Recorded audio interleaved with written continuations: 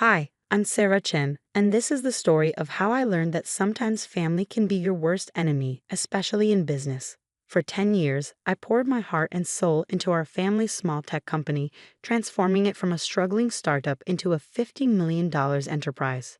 But sometimes success breeds jealousy even among those who should be celebrating your achievements. I still remember the day everything started, when our family business was nothing more than a small computer repair shop in a strip mall. Dad had started it 20 years ago, and it was his pride and joy, even though it barely made enough to support our family. My sister, Emma, was always his favorite, the one who got straight A's and went to an elite business school. I was the quiet one, the one who stayed behind to help Dad while pursuing my computer science degree at a local college. Sarah, you're wasting your potential here, Emma would say during her visits home from college. You should aim higher. But I saw something in our little shop that others didn't: potential. While Emma was studying theoretical business models, I was learning real-world programming and spotting gaps in the market. During my final year of college, I developed our first proprietary software, a simple but effective tool for small businesses to manage their inventory. It wasn't revolutionary, but it was user-friendly and affordable. Dad was skeptical at first, but when local businesses started buying licenses, his attitude changed. "Maybe you're onto something here, kiddo," he said, finally showing a glimmer of pride in my work. Those words meant everything to me then. If only I had known they were as temporary as morning dew. The business grew steadily under my guidance. I worked 14-hour days, 7 days a week. While Emma was climbing the corporate ladder at a prestigious consulting firm in New York, I was building something real. Our little repair shop transformed into a software development company, and our client base expanded from local businesses to national corporations. Mom watched it all with quiet concern. "Don't work too hard, Sarah," she'd say, bringing me dinner at the office. "You need a life outside of work too."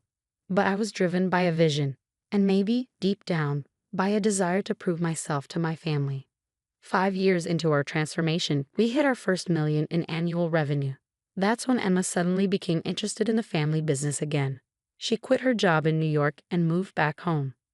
"I think it's time I took my rightful place in the company," she announced at a family dinner. "With my business expertise, we could really take things to the next level." Dad beamed at her words. "That's wonderful, princess. We could use your professional touch around here."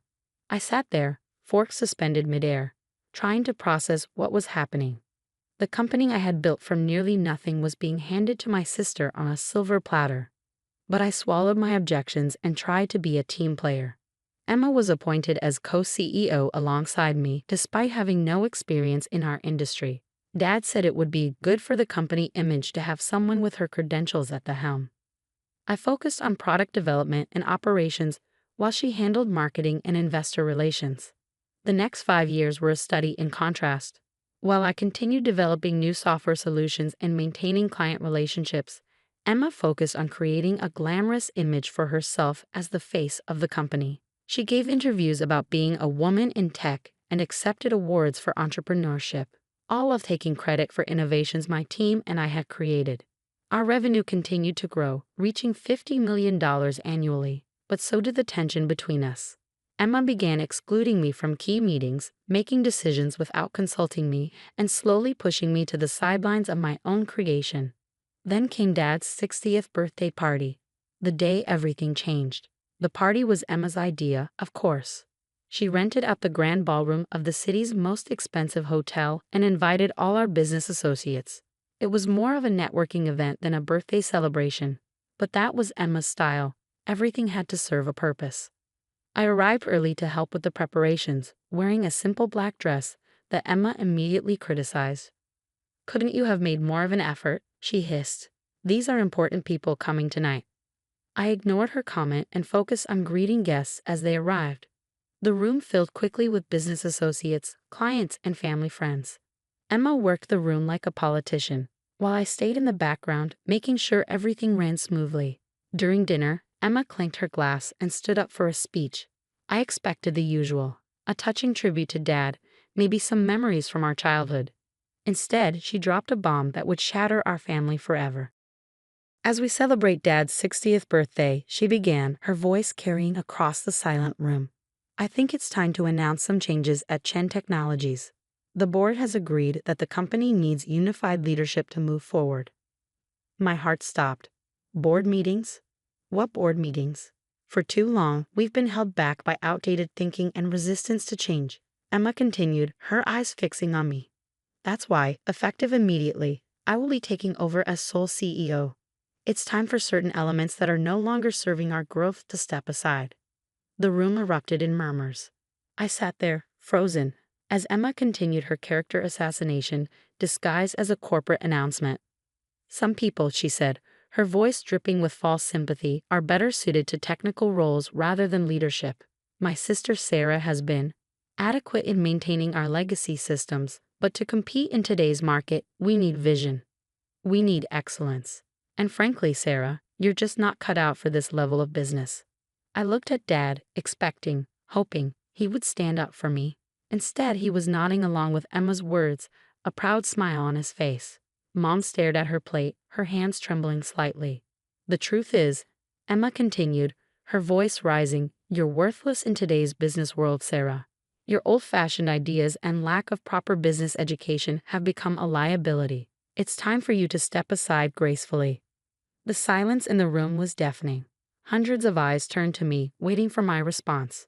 I could feel the pity, the schadenfreude, the judgment. Everything I had built, every sacrifice I had made, was being stripped away in front of everyone I knew. I stood up slowly, my chair scraping against the floor. The sound echoed through the ballroom like a gunshot. Everyone expected a scene, perhaps tears, maybe a shouting match. Instead, I simply picked up my purse, walked to Dad's table, and placed a small wrapped package in front of him. "Happy birthday, Dad," I said quietly. Then I walked out of the ballroom, head held high, leaving behind the whispers and stares.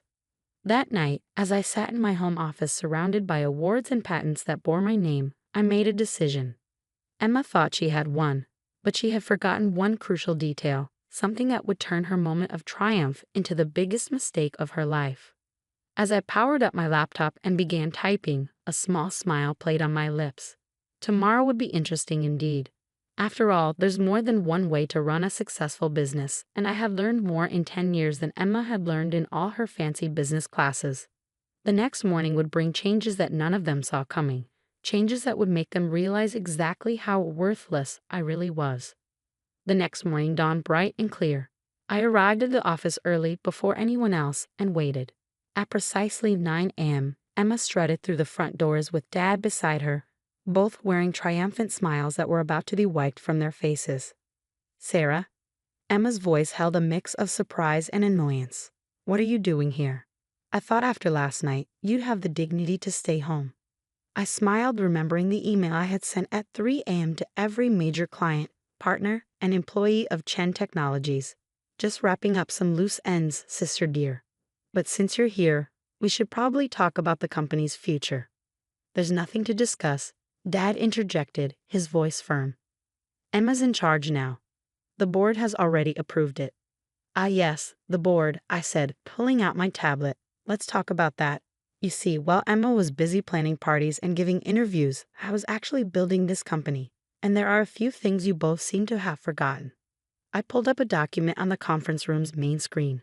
First, let me remind you that I own 51% of Chen Technologies shares.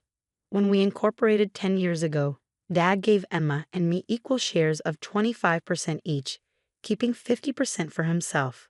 But 3 years ago, when we needed capital for expansion, Dad sold me 26% of the shares. Remember that day, Dad? You were too busy attending Emma's award ceremony to handle the negotiations yourself, so you signed the papers without reading them carefully. The color drained from both their faces. Emma's perfectly manicured hands gripped the conference table. "That's impossible," she whispered. "Dad would never." "Oh, but he did," I continued, pulling up more documents. "And that's not all. The core software that generates 80% of our revenue, it's not owned by Chen Technologies. It's owned by my separate company, Innovate Solutions LLC. Chen Technologies only has a licensing agreement which expires, I checked my watch, about 10 minutes ago." Dad collapsed into a chair, realization dawning on his face. "The renewal papers. The ones you asked me to sign last week. The ones you were too busy to read because you were helping Emma plan the party. Yes, those papers." I decided not to submit them. Emma's face contorted with rage. You underhanded little. Careful, sister, I cut her off. You might want to hear the rest before you finish that sentence. While you were busy announcing my supposedly graceful exit last night, I was sending emails to our clients. You see, most of our major clients have personal loyalty clauses in their contracts. They signed with Chen Technologies because of me, my expertise, and my track record. Last night, I informed them of the leadership changes and my departure. I pulled up my email, showing the dozens of responses that had already arrived. Would you like to know how many have already triggered their contract termination clauses? Or how many of our top developers, who, by the way, are actually employed by Innovative Solutions, have already accepted positions at my new venture? The room fell silent. Through the glass walls, we could see employees gathering, whispers spreading as they checked their emails. Emma's perfect composure cracked as she frantically checked her phone. You can't do this, she stammered. The company you tried to steal from me? I finished for her. The one you thought you could just take over because you have an MBA and Dad's approval. That company ceased to exist the moment you decided to humiliate me in front of everyone we know. I stood up, smoothing my dress. So here are your options. Option 1. I walk away with my shares, my software, my clients, and my employees. Chen Technologies becomes an empty shell, and you can explain to all those important people you invited last night why the company's value dropped to zero overnight. Dad's face had aged 10 years in the last 10 minutes. And option 2, he asked weakly. Option 2, you both resign. I take full control of Chen Technologies. You keep your shares as silent partners, receiving dividends but having no say in operations. Emma gets a nice severance package and glowing references for her next job, somewhere far away from here. Emma's face had turned an interesting shade of red. You planned this all along, didn't you? You've just been waiting for the right moment to stab us in the back. I laughed, but there was no humor in it. No, Emma. I spent 10 years trying to be a good daughter and sister while you both took me for granted. I built this company from nothing while you collected accolades for my work. I only planned this. I checked my watch again, about 12 hours ago, after you called me worthless in front of everyone we know. My phone buzzed, another client termination notice. Time's running out. What's it going to be? The next hour was a blur of paperwork and lawyers. By noon, I sat alone in what was now my office, looking out over the city. The company I had built was now truly mine, but the victory felt hollow. Family relationships lay in ruins around me, trust shattered like dropped crystal. Mom came to see me that evening, her eyes red from crying. Did it have to end this way? She asked softly. They gave me no choice, I replied, my voice gentle but firm. They would have taken everything I built and discarded me without a second thought. She nodded slowly, understanding but sad. What happens now? I showed her the plans I had already drawn up, expansions, new product lines, innovations I had been holding back. Now I built something even bigger, but this time, I'd do it without having to carry people who see me as worthless. Over the next year, Chen Technologies, under my sole leadership, tripled in value. Emma found a job with a startup in Silicon Valley, humbled but hopefully wiser. Dad retired, finally understanding that his golden child had nearly destroyed his legacy. We see each other at holidays, maintaining a polite distance that masks the wounds that may never fully heal. Sometimes late at night, I look at old family photos and feel a twinge of sadness for what we lost. But then I remember that night at the birthday party, the look of disdain on Emma's face. The way Dad nodded along with her cruel words. In business and in family, respect is earned, not given. They learned that lesson too late. As for me, I learned that sometimes the quiet ones, the ones dismissed as worthless, are the ones you should watch out for, because we're the ones who know how to build something from nothing and how to take it all back when others try to steal it. My story spread through business circles, a cautionary tale about underestimating the wrong person. These days, when I attend industry events, I often catch whispers. That's Sarah Chen, the one who. They never finish the sentence, but they don't have to. My success speaks for itself. Last week, I received an invitation to speak at Emma's business school's graduation ceremony. The topic? Hidden Strengths, the Power of Underestimated Leaders. I accepted the invitation with a small smile, already planning my speech. After all, I have quite a story to tell. The company continues to thrive under my leadership, but more importantly, I found peace with my decisions. Sometimes the strongest message you can send is simply proving people wrong.